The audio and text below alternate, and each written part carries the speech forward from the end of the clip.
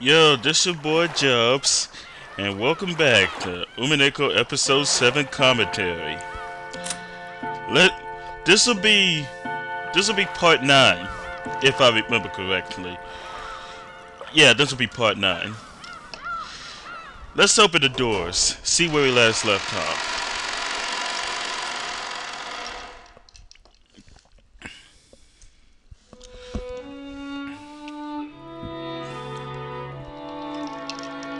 Yeah. We're taking a little trip to the past. I would guess that maybe sometime before the funeral happened. They're talking about Angie. She can't play with me. What are you talking about? Why? Because I'm gonna play with Beatrice, of course, so I can't play with Angie. Play with Beatrice.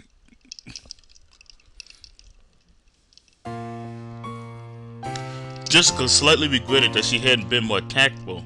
However, she couldn't wipe away the uncomfortable feeling she got every time Maria talked about Beatrice. And that feeling slipped through her words. Ooh. I do it on my own. Beto is there too. Oh boy. Maria throwing a little temper tantrum like usual. Ooh, Beatrice exists. Ooh, bullshit.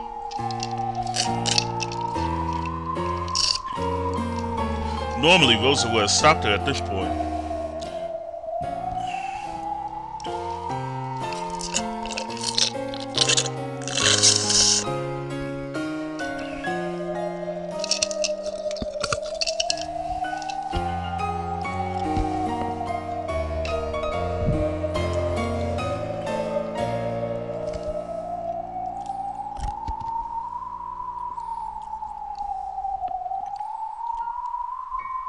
Yeah,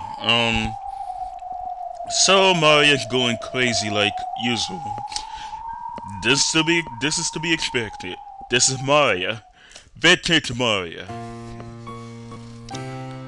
When someone makes fun of Beatrice, it's like Maria becomes a totally different person.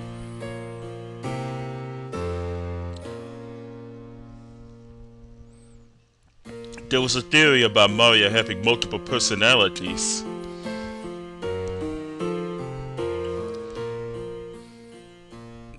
That thing about creating another self, the way you want to be. Huh? How do you know my motto? Don't think too hard on it. You'll just get a headache. I love man. Will is so awesome. That was something Jessica had once told Cannon.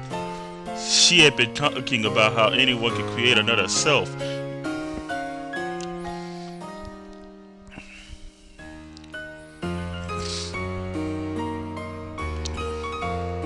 Everyone has something they really want to become, but they never do it. The restrictions on their everyday life are what made them who they are today. True, changing yourself means changing your environment. That's not easy to do. So, in other words, Jessica wants to create another person for herself. Does she want to develop MPD or something, or dis? I mean, or DID? Dis? I mean, identity disorder or something like that? What the hell?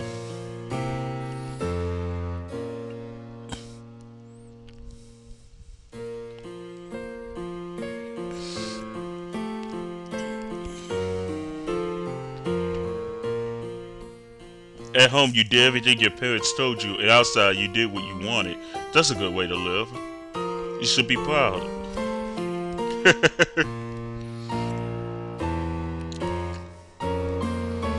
I figured Mario was pretty much the same. You think Mario's doing the same thing when she gets excited and starts talking and talking?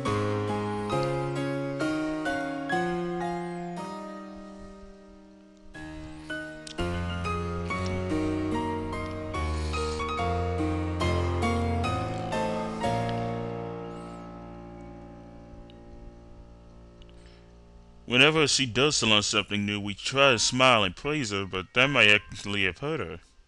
So Maria wanted to become an authority on something?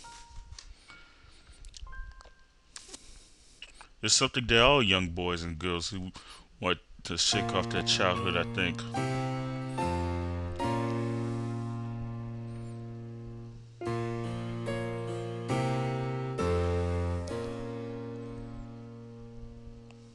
Hmm.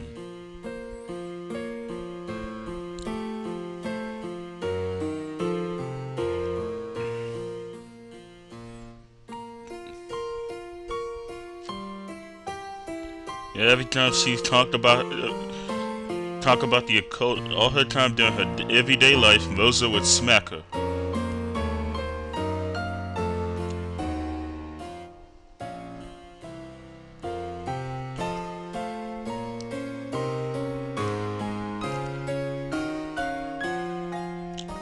So I pretend to cough a lot. It sort of became a bad habit. So because everyone would be nice to you if you had started having coughing fits. No, whenever the conversation turned to something I didn't like or something that made me feel uncomfortable, I didn't do that to change the subject. Hold on. Is she saying that her asthma attacks are fake? What the? You know what, Jessica?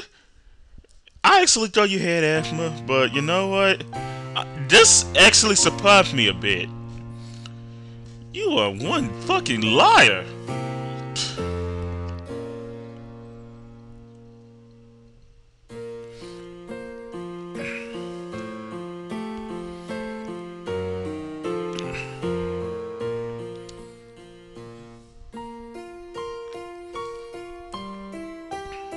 It looks like we've gone off track. Anyway, Maria kept up that tantrum until Rosa Obasar got back. I should have let her be, but I did fight back.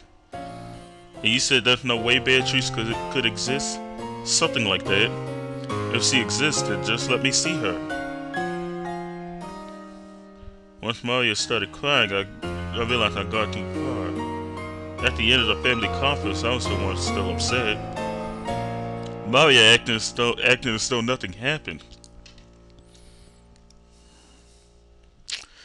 What the hell?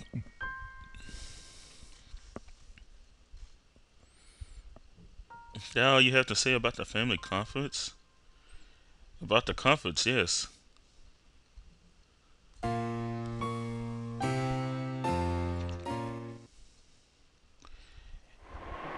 After the conference? If Maria had just stayed mad, we'd have made up with each other and I could have put it all behind me. Huh. Milady, why the gloomy face? Okay, so apparently Jessica went to talk to Kumasawa sometime after.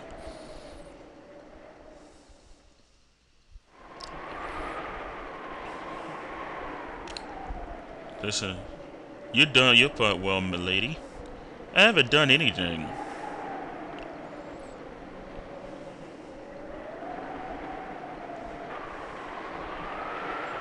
Sorta.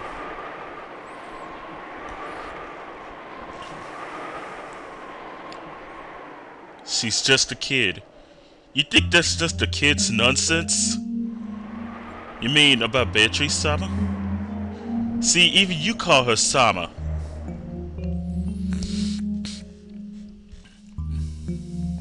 Beatrice is the name of grandfather's mistress, the person he's still infatuated with.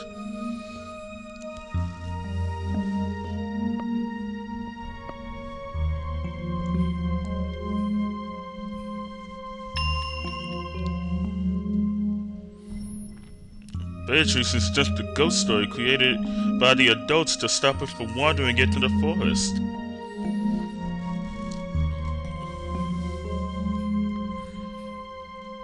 Oh boy. Beatrice exists. Okay, come on, we both know that isn't true. I don't need George to tell me not to make a fuss about Santa not existing, but that doesn't mean Santa actually exists. You'll find you're wrong there, milady. Wrong? Oh yes, the gods do dwell in all things. What the hell? Jessica is just finding it really strange that there are other people besides Mario who actually believe that Beatrice exists. She feels like she's the only one who doesn't even believe at all.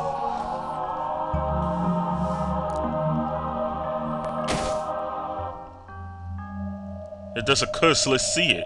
I'd just love to meet her. Milady, you must have seen such things.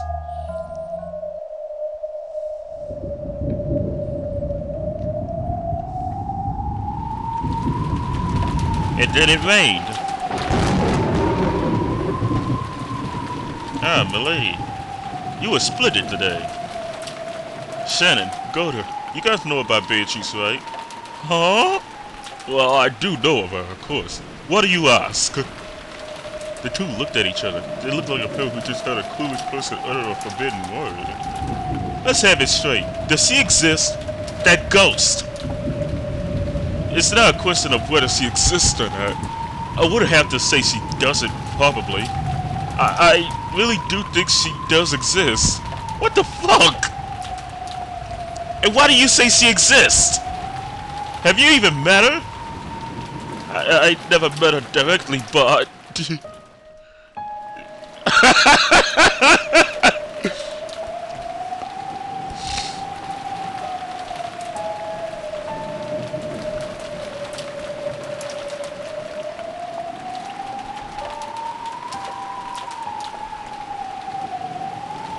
However, well, he was being very evasive.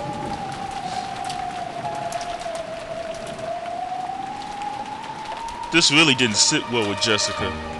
She herself was a resident of this mansion. They were acting as though someone she didn't know, was living here. Of course she didn't like it. Wait a second. Tell me that one more time, huh? The story about the VIP room?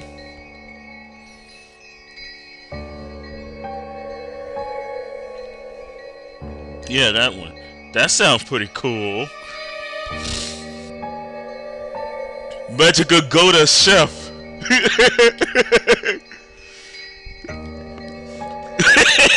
Goda's become a popular character on 4chan about how he's supposed to be a magical chef, or at least they wish. I don't get a chance to see enough of Goda. They call him a magical chef ever since the events of episode 2 when he used his jacket to repel a bunch of gold butterflies. That's funny.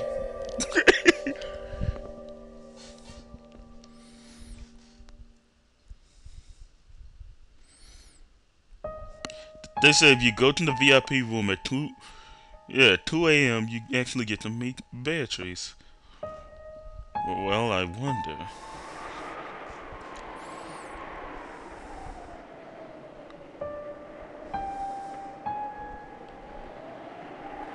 The VIP room is locked right now. Where's the key?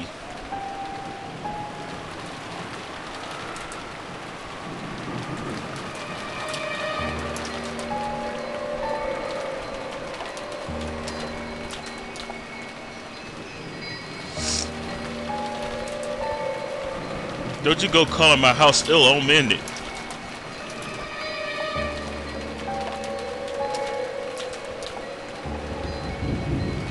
Man, she really is hell-bent on beating Beatrice.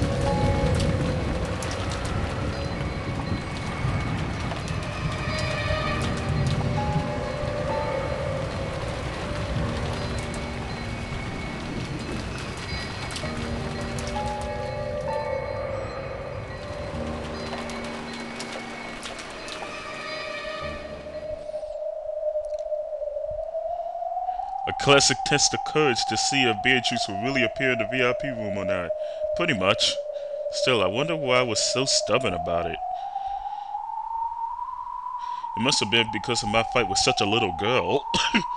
You should be ashamed for still feeling ashamed for having an argument with a 9-year-old. She's a fucking 9-year-old!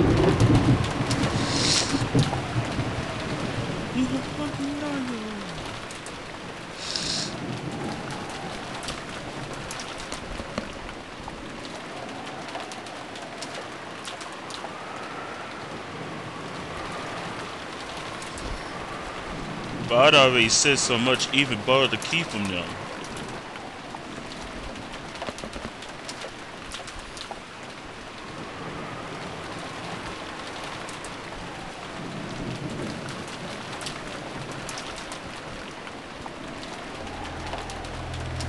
Normally I go to sleep long before 2 a.m. And Mom found me wandering the corridors at that time of night. She definitely yelled at me. So I waited in my room, staring at the hands of my clock as it clicked closer to 2. Woo! Somehow I'm feeling the intensity of this. I don't know why, but like... Is she really going to meet her?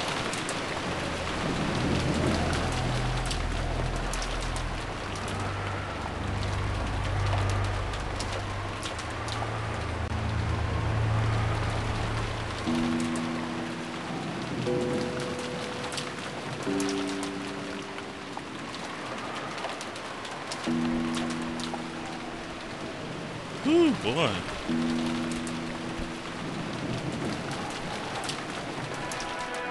Only 10 minutes left.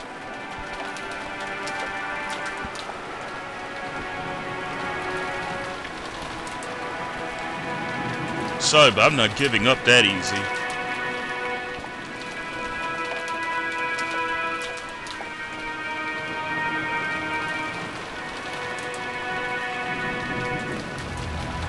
This was my room.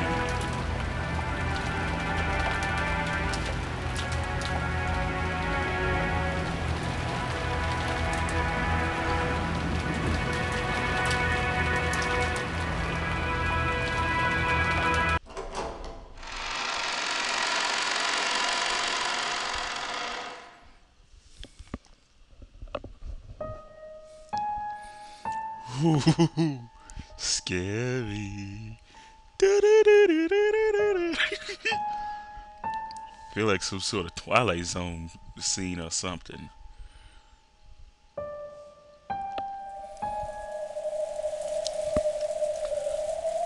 You know, she was so quiet. That eerie sound of the wind was so noisy.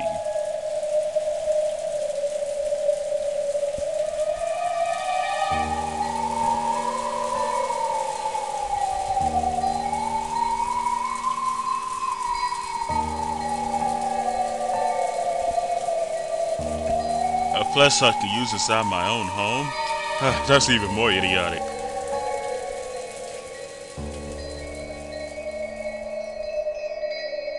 The door to the VIP room, huh?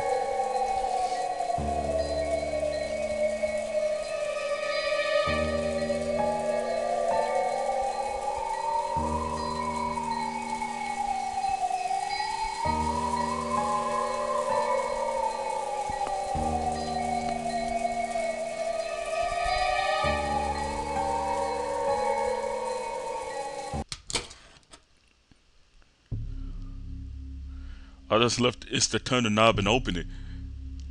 Uh-oh. It's that music from episode 6 when Battler was trapped in that closet. Oh, that was one bone-chilling scene when Battler was in that closet. That was hella scary.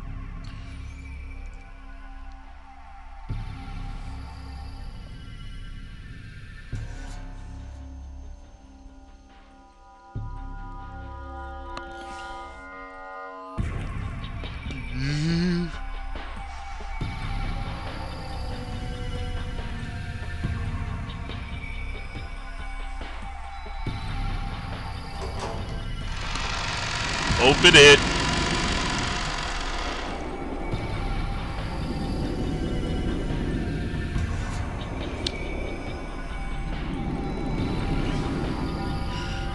I stuck my head in feeling about a light switch. Step inside and search for the switch from there. There. It was stiff and lightless. Exactly as it had been. This thing had not changed in all those years.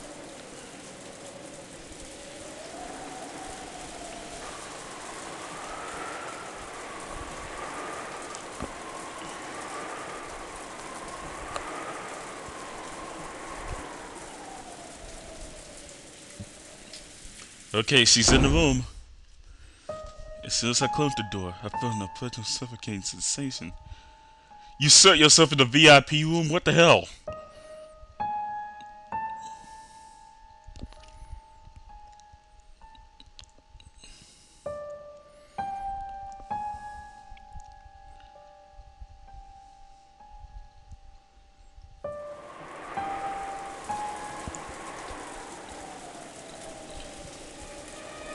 What's this? Oh, oh.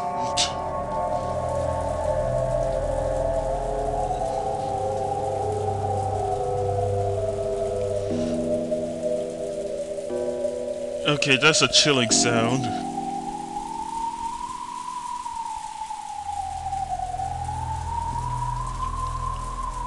Is that a doll? The doll's hair was gold. It was wearing a black dress. You know, that actually looks like something that's... yeah, that looked like a doll something I know would have. I mean, somebody I know would have.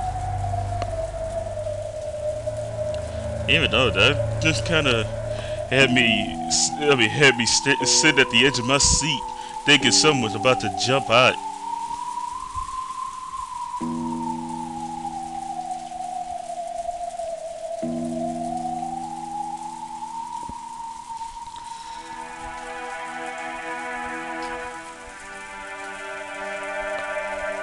Oh boy.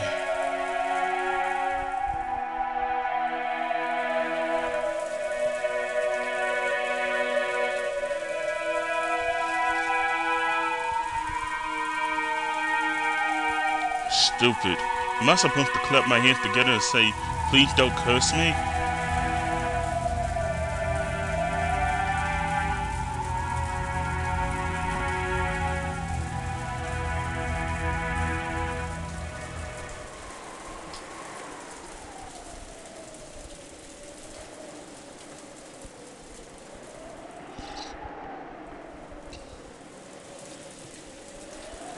Hanging around the VIP room this late just because of that fight with Mario is still eating at me.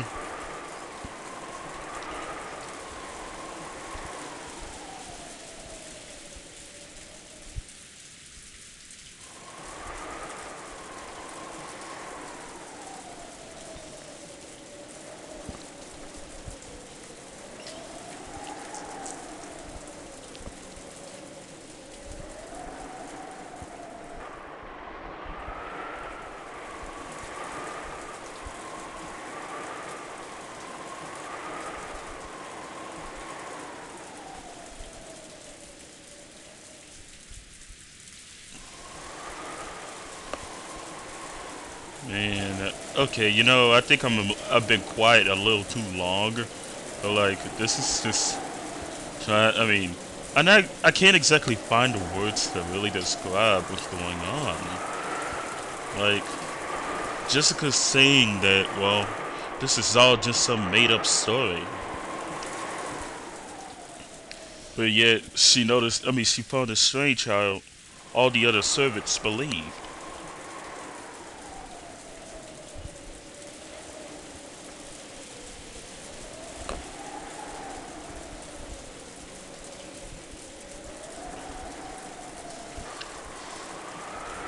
The servants worship her like a household shrine. Uh-oh. The sudden ring of the phone made me jump so hard my heart would explode. Oh shit.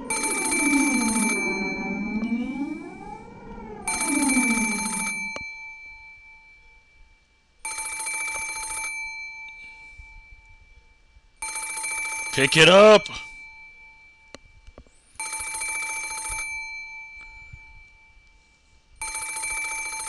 If mom somehow managed to hear that sound from her room, I'm screwed. Okay, I got it.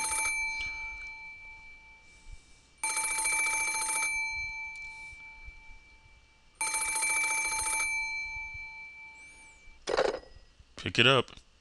Hello? Oh. Hi, Beatrice. Maria? I don't get it. Did I hear that wrong? Why would Mario be calling here?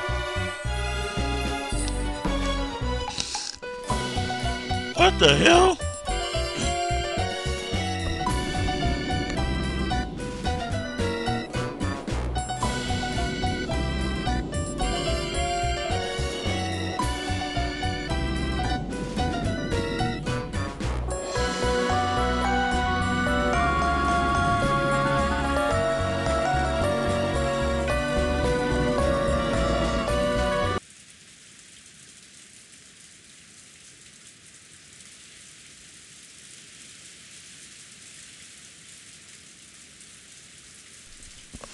Holy shit.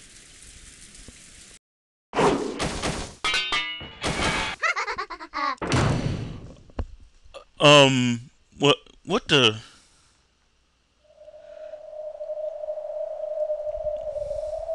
What the hell was that?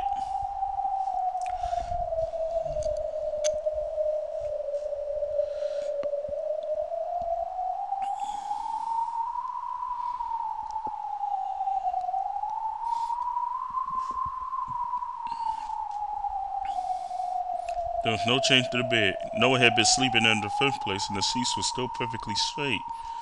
Someone had crawled out of the bed and laughed in a creepy voice before leaving the room. That's what it felt like. I'm here in the bed's right there. I'm not only in the same room, I'm right next to it. So why am I so sure about what happened just a few seconds ago?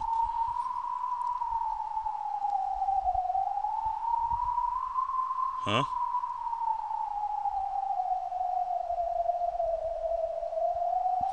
Maria was on the phone, and then all of a sudden, when Jessica tried to press her to say who you are and everything, I think she got attacked or something. I don't know.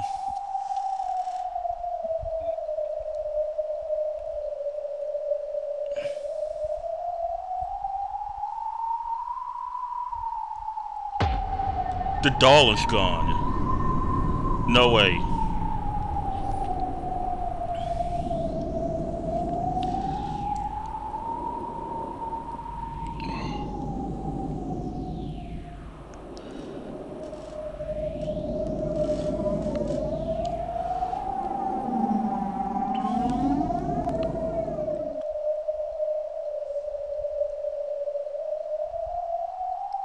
The doll alone disappeared, and nothing else changed. Somebody turned out the lights. Somebody knew. No. The only people who could have done that were the only two people who knew Jessica was gonna go into that room. It was either Shannon or Goda, and my money's on Shannon. Considering what happened earlier, I'm sure Shannon was the one who screwed her. Who pretty much screwed her over that moment.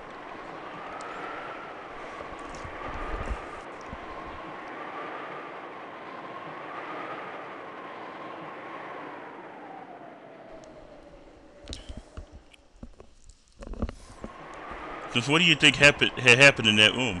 I don't think it was actually Beatrice Summer's curse. It might have been a prank done by the servants. A prank? Maybe they recorded Maria's voice previously. They then called in exactly 2 a.m. and pushed the play button. They could have cut the power at the switchboard or something. Then someone who had been hiding in the VIP room beforehand would make a creepy laugh, take the doll, and leave. If that's how it happened, everything fits. Doesn't sound like you're really convinced. I guess. After all, that was just a prank to scare me. If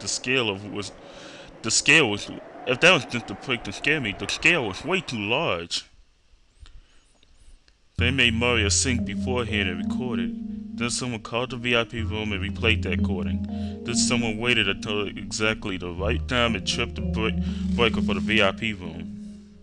To turn off the power in the VIP room, you'd have to go down to the basement. There's a switchboard booth down in the boiler room. There's no phone line down there. You'd need a different person to play back Maria's tape. And you'd need another person to hide in the VIP room and cackle before leaving. That's just how long this last person would have to hide in the VIP room beforehand. How long would they have to hide in the pitch black VIP room under the bed, for example, waiting to scare Jessica, who might or might not come? Just in a way it could be a witch's curse, but still. No, they definitely knew Jessica would show up. Shannon has to be the one who have done that. She's the only one who knew she'd show up. Jessica talked to her about it after all, and I can't picture Goda doing something like that.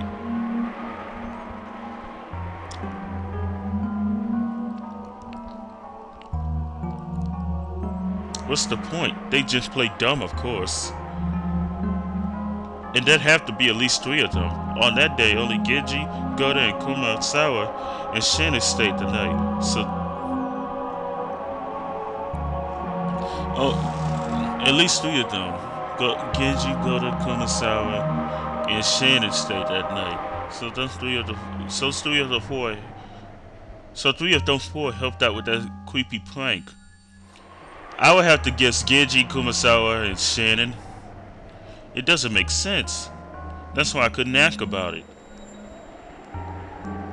True, it had been a strange experience for her, but it wasn't something completely impossible for humans to do. Ooh boy.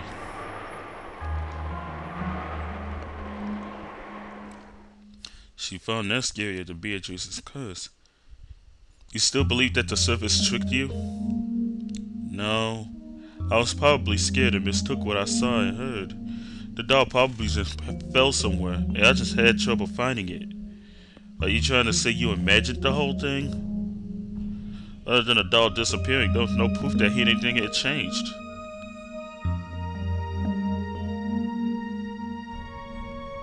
I talked to Maria, and she said she didn't know anything about that song or phone call. I don't know if she was lying or not, of course. Yes, she was lying. Anyway, what had happened that night, it's just something I thought happened. There's no proof of any kind. That's ironic. Even if you had met Beatrice directly, you wouldn't have been able to prove that either. The shock lasted for a while, but as time passed, I began to think that lightning or something had shut off the power for a second. And maybe one of the trees in the garden had fallen, which I mistook for the slithering sound. And the laugh. Maybe some strange bird? Anyway, I might have misheard something to get that sound. I act tough, but I'm actually a real coward.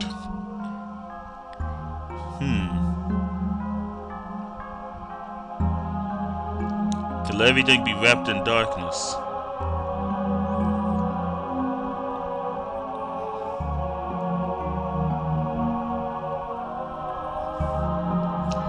And then that's how the asthma attacks came to be.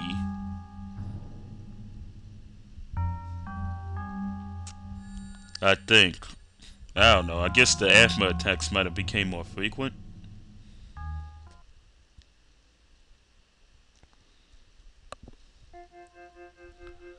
It's really embarrassing, because please don't tell anyone. I don't want them knowing I'm a chicken. You got it. I have one last question. About the VIP room? No. About the dining hall.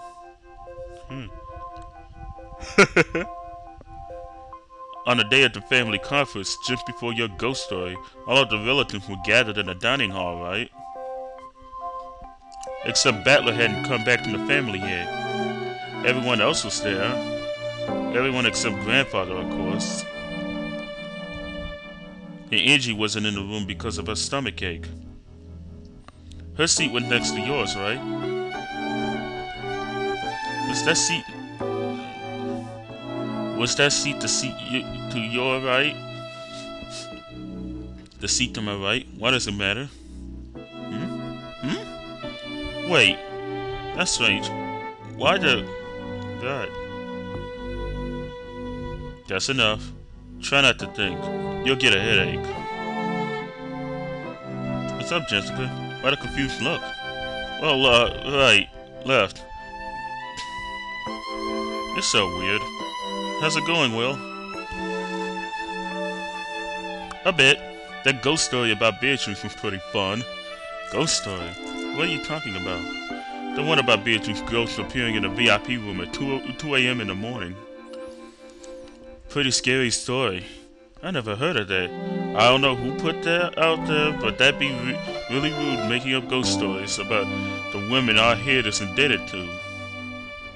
I'm out of answer.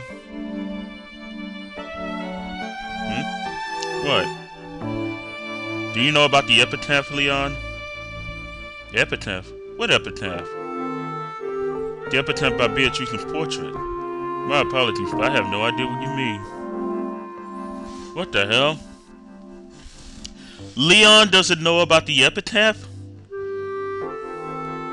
So, in this world, the portrait exists, but not the epitaph. Of course I know about the large portrait of Beatrice hanging in the entrance hall, but I haven't heard of this epitaph. That's a very interesting difference. You lived on Rokijima all your life, right?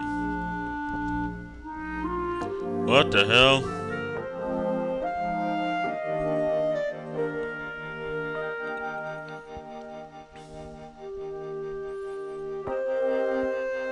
A witch? What witch? The Golden Witch. Beatrice is a woman whose grandfather owes a great debt. Don't you think it's a bit rude to treat her like a witch or a ghost? You don't know about the witch, Beatrice? I know about the Beatrice who came here in the submarine along with the gold, and about her daughter who was raised in a hidden mansion. We just learned about those two together a short while ago, right? When does the witch come in? I see, so that's it. Then how did they scare you to keep you from going into the woods? They said that wolves live in the forest. Wolves, not a witch. Of course.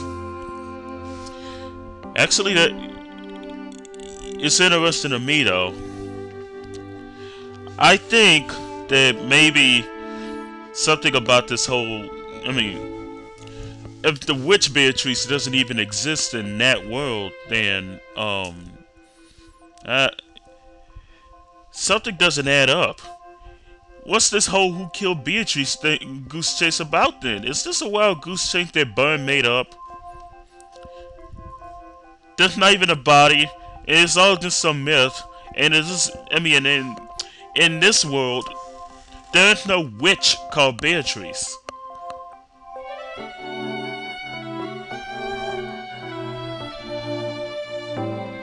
I get it. It's all mashed together in a confusing mess, but it is interesting.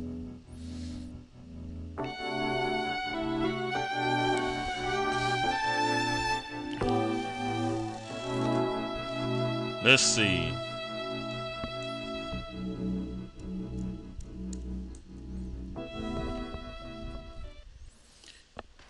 Going on. Ooh, I'm almost at the 45-minute mark.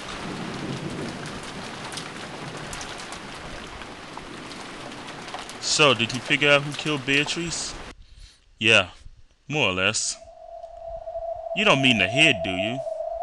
Birkenstell isn't asking about the two Beatrices involved with Kenzo. She's asking about who killed the Beatrice of 1986. I'm not really sure what you mean by the Beatrice of this year. What's all this about a witch called Beatrice? That's what we were talking about. And the epitaph too. Isn't it time you explain all of this to me? Alright. No point in stringing you along. Let's start from the beginning. Who is the witch Beatrice? Okay. Looks like Will is about to explain everything. Strictly speaking, it isn't a person. It is the concept known as Beatrice, the Golden Witch. You mean the ghost stories themselves? To be more specific, even the ghost stories are the only one of the elements that create the concept. You've lost me. Ghost stories are normally told in the second person or third person. However, someone started telling those in the first person. You mean someone started saying they were Beatrice themselves? The legend of Okijima's equal spirits. These were combined with Kenzo's constant cries of Beatrice, Beatrice, and gradually became the legend of the witch. Ushirumi and Maria became entranced by that fictional witch and begged for a chance to meet her. And then someone granted her wish. I'm still not following, but I'll just nod and tell you to keep going. Because the unfortunate way in which Romeo and Mario was brought up, she became obsessed with the occult. Someone felt sympathy for her. So in other words, someone disguised themselves as Beatrice for her.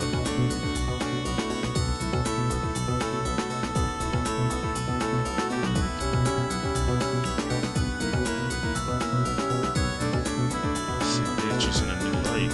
So it's not about who killed Beatrice, but who is she? Maybe they're finally about to reveal who.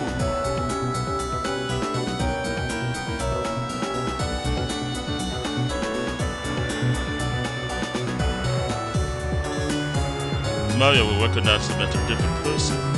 That's why her appearance was so sudden. We could probably view Mario's love of witches and the occult as a form of escapism.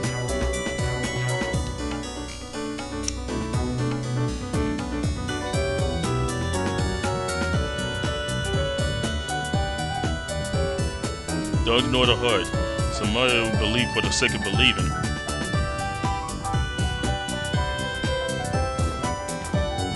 Someone saw that Mario wanted to meet a witch, so they decided to play witches with her? That's right. This marks the birth of Beatrice the Elder.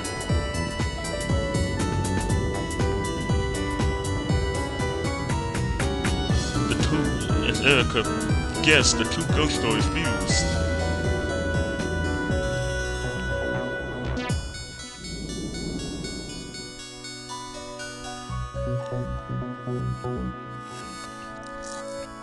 The person who pretended to be Beatrice? That's close, but not quite. It's not the one who pretended. We're talking about two different people. In Mario's eyes, just like how her mother and the Black Witch are different people, Beatrice and the person who played the part are also different people. It's just like Mirage Saucier.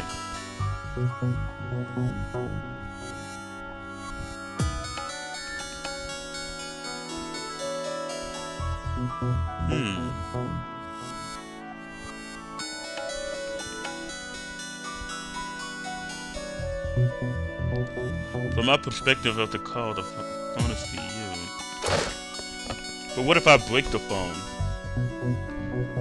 So if you kill the phone, you won't be able to talk to me, but that doesn't mean you killed me.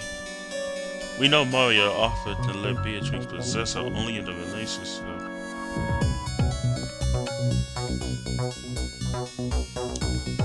Only the actor can kill the character.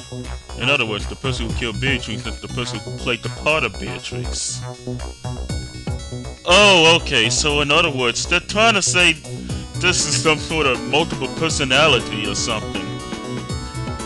If we were to talk about in a multiple personality sense, killing another person would mean killing that personality. This is actually pretty interesting now that I think about it.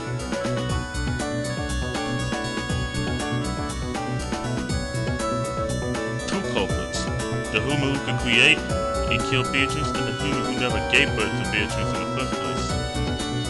Who can kill the entire concept of Beatrice. Both those humans are here. Who are the two culprits? Let's start with the dead cat. You. What? It's painfully easy to guess. Your world is the only one where the witch Beatrice doesn't exist. Both Mario and Jessica told me stories about the witch Beatrice. However, when they talked about the ranking system at the dining table, you weren't there. I wasn't there. Mario came to visit Rokijima with Rosa, and Rosa was sitting next to her. That's impossible. If you exist, then Leon comes after Rosa, and then Jessica, and then Mario. This would be two people between Rosa and Mario in rank. In that case, they should be across from the table from each other and separated by one seat. The whole ranking system. It was the same as Jessica's story. If you were added in the ranking system,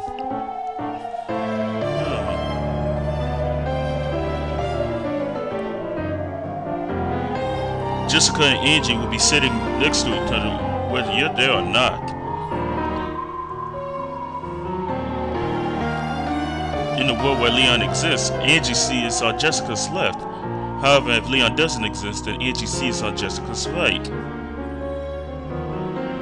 Every time someone talked about the witch Beatrice of 1986, they were all talking about a world where you don't exist.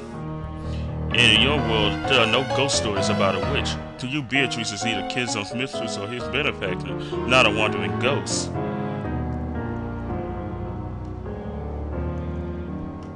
Exactly. If you exist, the witch Beatrice doesn't. Your existence kills Beatrice. Are you saying I'm the culprit who killed Beatrice? That's just crazy. How can I be the culprit if I never understand her and haven't met her? Flip it around.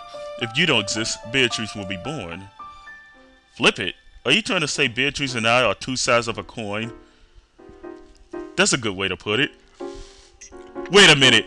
You mean to tell me that Leon is Beatrice?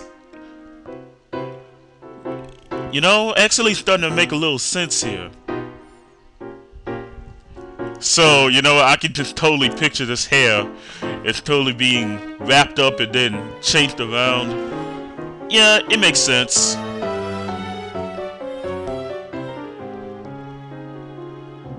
The important fact is that you're 19 years old.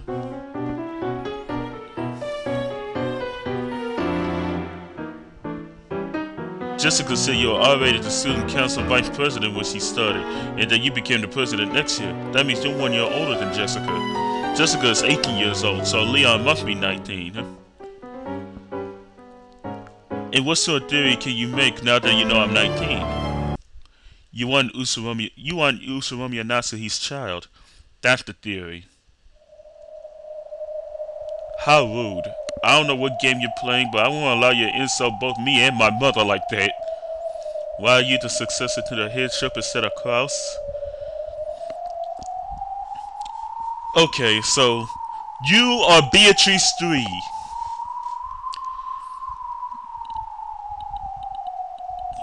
You heard what our head said.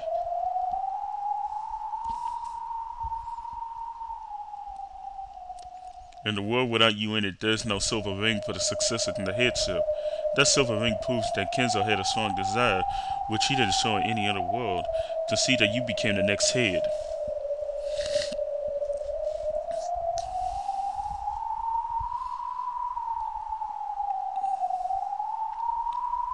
Ooh.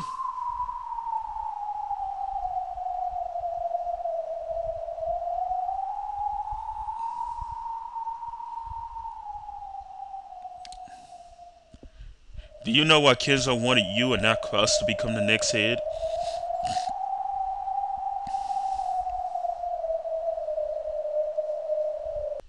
It's because you're the child of Kenzo and Beatrice. Well done! There was a crisp applause and a mocking laugh. This is it, Bert Costello. That was faster than expected. I thought you'd let me play a bit longer. Bert Costello appeared sitting on the altar, almost as though it had become my own personal chair. When did you realize that Leon shed Beatrice's blood? As soon as I realized that Leon was 19. It was the same number as the baby from 19 years ago, that hint which appeared in the fifth game. Didn't that baby fall off a cliff? Leon is the baby who was accepted by Nasuhi and didn't fall off the cliff. In other words, if Nasuhi rejects the baby, Leon doesn't exist. You're saying I'm not Mom's child? That's insane. You said it, but you don't look too sure. That's right. Ushiromia Leon is not Nasuhi's child. This is the grown-up version of the baby Kenzo got from somewhere 19 years ago. Not somewhere. Leon clearly shares Beatrice's blood. The proof of it is the silver ring which only ever given to Leon across from all of the many worlds. The ring.